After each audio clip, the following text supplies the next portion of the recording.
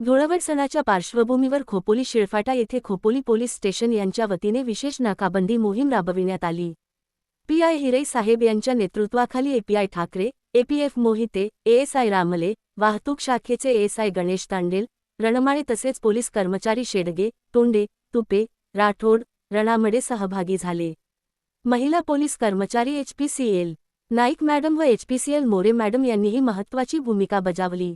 वाहनांची कागदपत्रे, परवाना, विमा, हेल्मेट व सीटबेल्टची काटेकोर तपासणी करून नियमभंग करणाऱ्यांवर कारवाई करण्यात आली। आज रोजी धुलीवंदन असल्याने खोपोली पोलीस स्टेशनच्या वतीने मी एपीआय नितीन मोहिते, शिळफाटा येथे वाहतूकचे कर्मचारी तसेच खोपोली पोलीस स्टेशनचे कर्मचारी यांनी एकत्र मिळून शिळफाटा येथे नाकाबंदीचे आयोजन करण्यात आलेले आहे।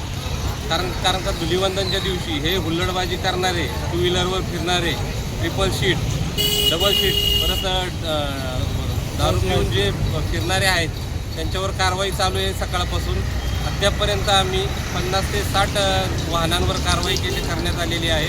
आज दिवसभर कारवाई करणार आहोत। धन्यवाद।